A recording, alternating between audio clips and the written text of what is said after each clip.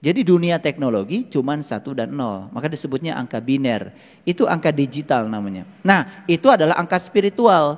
Karena 1 dan 0 itu adalah la ilaha illallah. La ilaha itu 0. Illallah 1. Yang mana yang bukan Allah?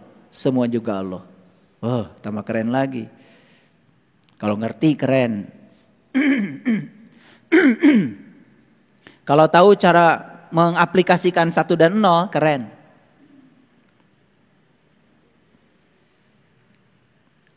Kan ujung-ujungnya la ilaha illallah. Yang mana yang bukan Allah? Yang nyata Allah, yang tidak nyata juga Allah. Semuanya dia kok. Tidak ada satu peristiwa pun di semesta yang tidak ada kehadirannya. Selesai. Biner lagi angkanya. Tertarik Kak dengan bonus ini? Oke. Kuncinya 1. Sekarang mumpung kita masih hidup dan punya kesempatan berbuat baik, berbuat baiklah sebanyak-banyaknya.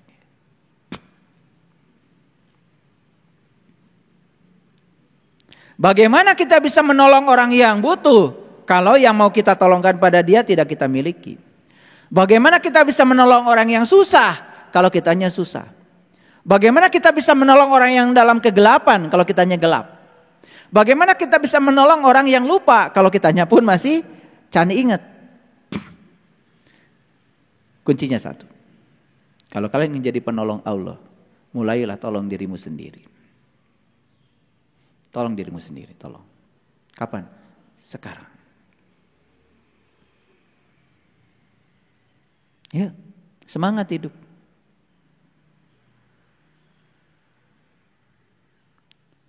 Kalau hari ini saya diberi orang, besok saya harus ngasih orang. Jangan ada di zona nyaman. Hari ini saya ditolong orang, besok saya harus kembalikan pertolongan orang dengan cara saya menolong orang. Gitu. Banyak sekali yang mendidik orang dengan cara yang salah. Dulu saya tidak tertarik bikin panti asuhan, gak tertarik. Kalau kita cuma ngumpulin anak-anak yatim kemudian kita kasih makan. Mereka hanya menjadi orang-orang yang bergantung kepada pemberian kita. Dan kita mendidik yang salah. Sekolahkan mereka kalau mau. Makanya dulu saya di sini bikin sekolah gratis. Semua saya sekolahkan. Yang putus sekolah ikut PKBM. Ada paket A, paket B, paket C. Ini 2 tahun ya berhenti karena pandemi. Nanti kita mulai lagi. Ayo. Peluang dari Allah begitu terbuka. Terbuka apa tidak? Terbuka. Apa yang menutup peluang itu? Kemauan kita. Niat kita. Selalu kalau gak punya niat mungkin masjid ini juga gak akan jadi. Kalau gak ada niat. Makanya itulah niat. Jadi karma yang sebenarnya adalah niat. Catat itu supaya mengerti. Balik dulu ke atas. Baik, kita baca ayat ini. Ini Quran surat Ali Imran ya, ayat 161. Pembalasan itu setimpal dan adil. Pembalasan itu setimpal dan adil. Tidak mungkin seorang nabi berkhianat dalam sebuah urusan. Gak mungkin seorang nabi berkhianat dalam sebuah urusan. Nabi itu orang yang dapat ilmu untuk dirinya sendiri. Jadi nabi itu orang yang sudah dapat ilmu, yang sudah dapat berita besar. Barang siapa berkhianat dalam sebuah urusan, maka pada hari kebangkitan, ketika dia dihidupkan kembali, ya, hari kebangkitan itu ketika dia dihidupkan kembali, berarti setelah diulang kehidupannya, ia akan datang membawa apa yang dikhianatkannya itu. Jadi kalau orang sekarang datang ke kehidupan ini membawa yang dikhianatkan oleh dia, ya dia akan dapat balasan dari yang dikhianatkannya itu. Jadi kalau sekarang dikhianati, lihat saya semuanya, kita dikhianati oleh siapapun di kehidupan yang sekarang, tapi terima. Berarti Anda pernah berkhianat pada orang itu di kehidupan yang dulu. Karena ayat ini mengatakan, ia akan datang membawa apa yang dikhianatkannya itu. Kemudian tiap-tiap diri akan diberi pembalasan tentang apa yang dikerjakan dengan setimpal. Tahu setimpal? Ya saya bilang tadi, kalau kita nyubit di kehidupan ini, kita juga akan dicubit di kehidupan ini. Sakit yang ditimbulkannya tidak akan dikurangi. Dan saya kasih tahu, tidak ada konsep penghapusan dosa. Yang ada tuh pengampunan dosa. Apa bedanya? Pengampunan dosa itu ya balasannya disegerakan. Jadi kalau kalian minta ampun sama Allah, ya Allah ampunilah segala kesalahanku. Siap-siap. Dan selama ini konsep kita di otak kita, begitu sudah minta ampun sama Allah, langsung dihapus gitu pakai tip X. Berarti bohong dong Allah di ayat ini mengatakan pembalasan itu akan setimpal. Yang bisa menghapus semua karma kita cuman kebaikan kita.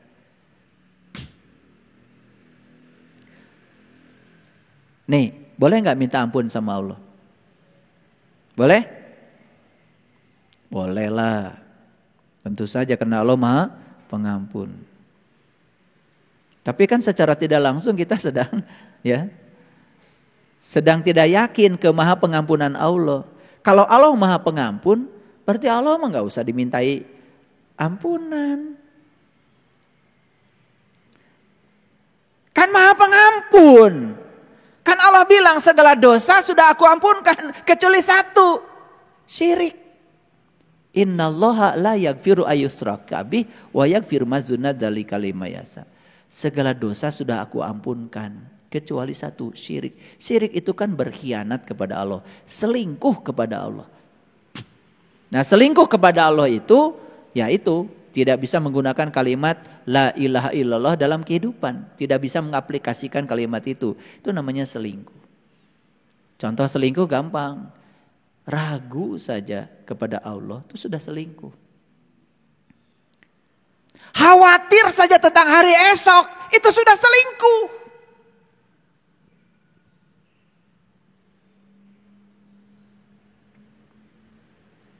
Paham?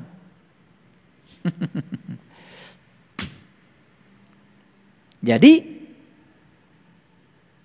tiap-tiap diri akan diberi pembalasan yang setimpal.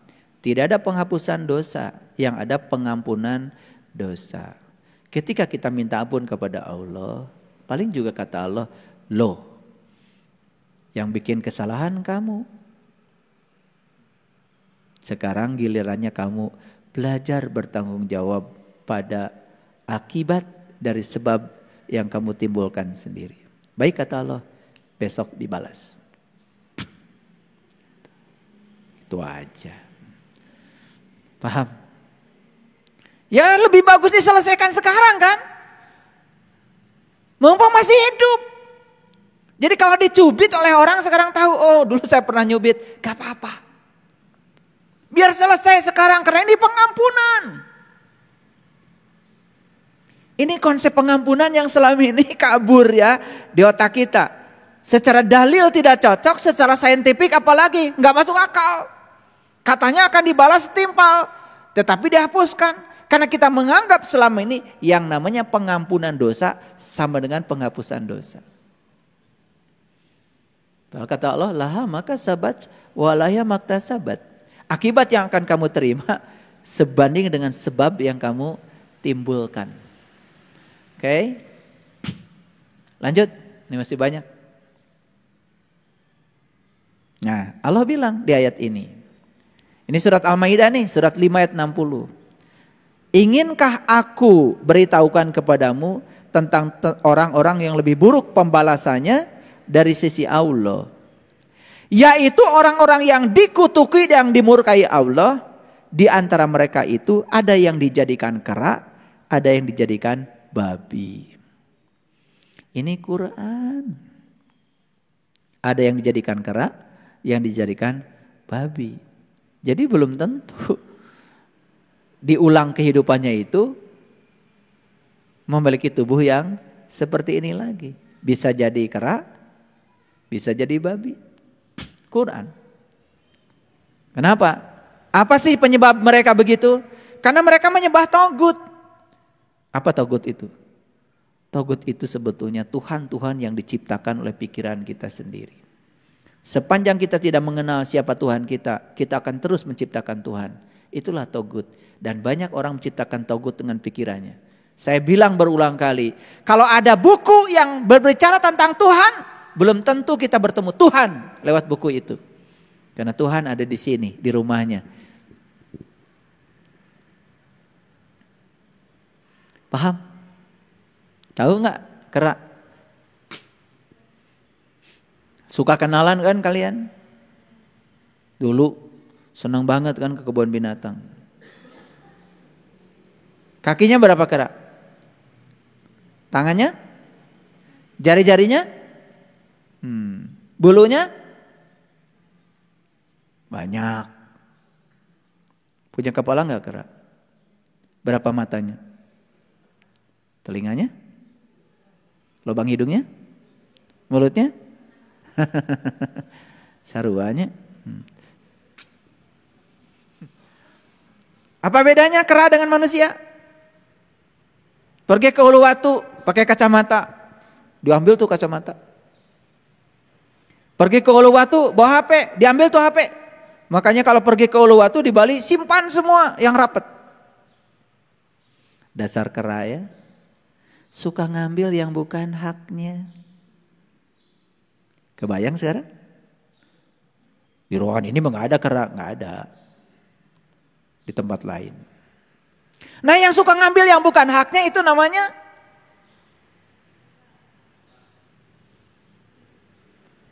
oik, oik, oik, oik.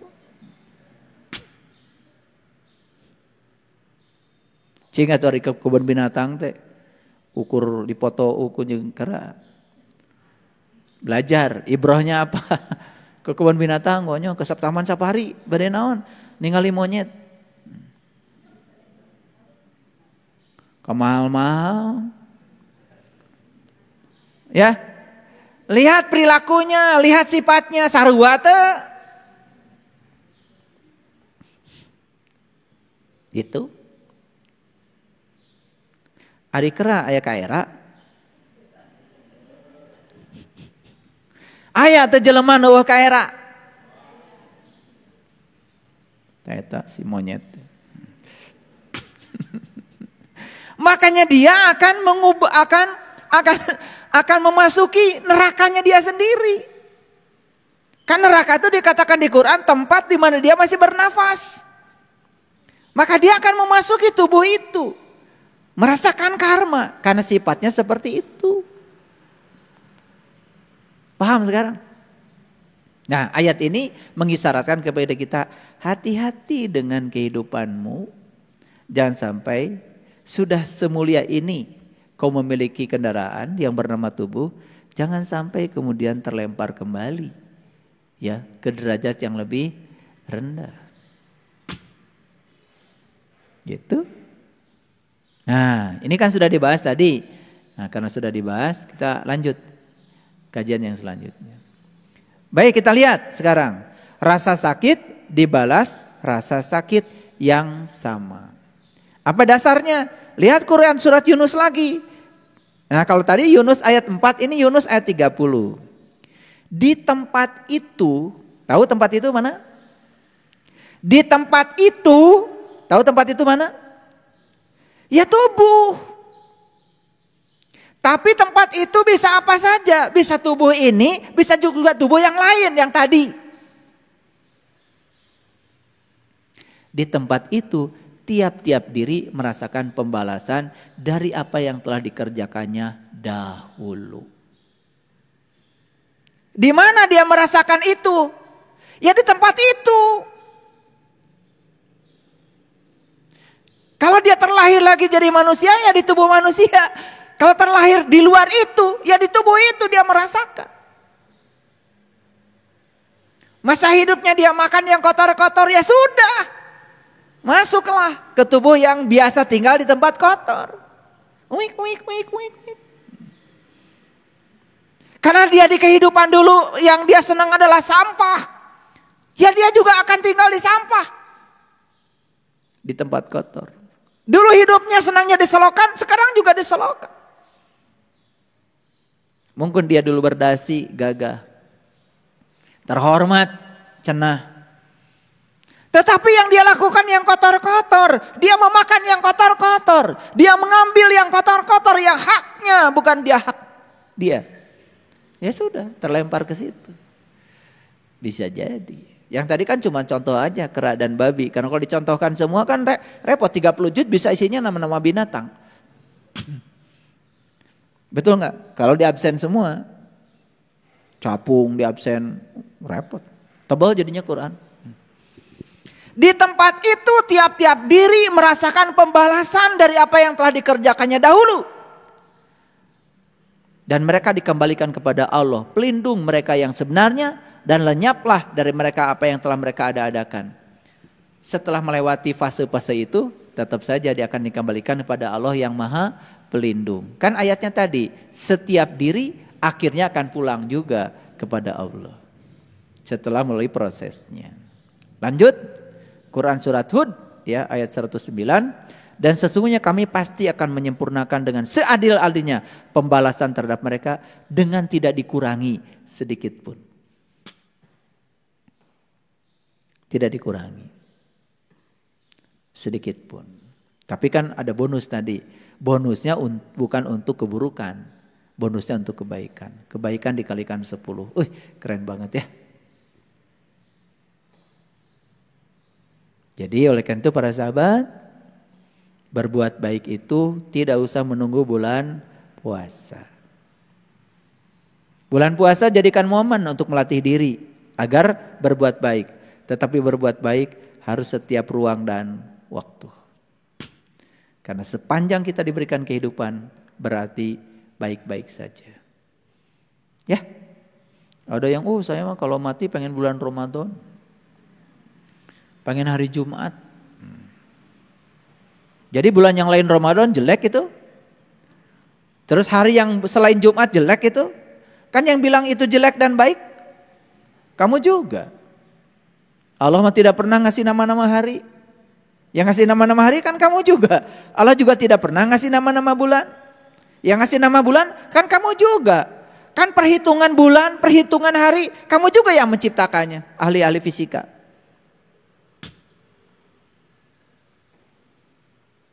Allah nggak ikut campur urusan itu. Mau ngitung bulan pakai komaria, referensinya matahari. Mau ngitung bulan pakai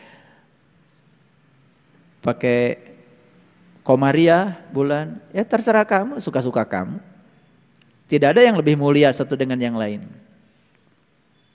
Ya, yang mulia itu yang bisa memanfaatkan waktu untuk kemuliaan itu aja. Iraha, ya kapan saja. Sudah mengerti sekarang hari pembalasan? Oh, pulang ke rumah jadi terang benderang sekarang. Oh, ini Yaumiddin itu. Itu sering dibaca kan ketika sholat. Alhamdulillahi Rabbil Alamin Ar-Rahmanir-Rahim Maliki Yaumiddin. Oh, ini hari pembalasan. Gitu.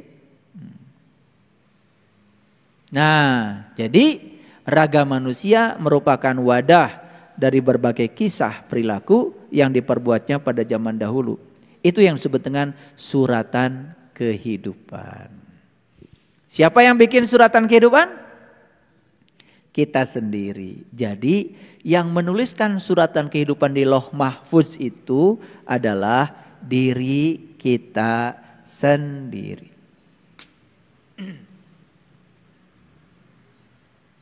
Di mana sekarang data itu adanya? Di raga. Lihat saya semuanya. Kenapa wajah saya seperti ini? Apa saya minta kepada Allah? Ya Allah, saya pengen wajahnya ngasih gambar gitu ke Allah. Wajah ini adalah akumulasi dari perbuatan saya. Wajah ini adalah karma saya. Kalian wajahnya ada yang seperti ini, seperti itu adalah karmanya kalian. Jadi Allah itu tidak merekayasa. Sudah menciptakan alam semesta dengan hukum sebab akibat. Itu saja. Kenapa wajah saya seperti ini? Ya sudah. Karena raga manusia adalah wadah dari berbagai kisah perilaku yang diperbuatnya. Dan itu yang disebut dengan suratan kehidupan. Paham? Oh. Nampi ya Allah. Asal nama Allah nabi itu jadi pendek kieu. Ai batur jarangkung. Keur pendek teh abdi mah hideung ya Allah. Batur nya bule. Ngerti sekarang? Wajah kita pun, tubuh kita pun adalah cerminan, citra diri dari apa? Suratan takdir kehidupan. Nampi aya nama?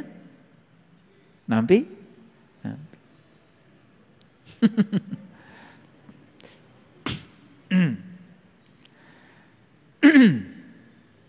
Catatan tentang suratan kehidupan tadi itu, data karma itu berada pada diri seseorang itu terjadi secara pasti. Karena alam semesta ini adil. Tubuh manusia adalah kumpulan data yang membungkus daya kehidupan. Tubuh manusia menyandang karma yang tidak dapat ditolaknya. Bentuk tubuh, wajah, warna kulit dan sebagainya bukanlah sebuah halangan untuk menerima catatan kehidupan di masa lalunya. Sugan ieu mah geulis, koneng, mancung. Terhindar sugan dari karma? Tidak. Sugan ieu mah goreng, hideung, pesek.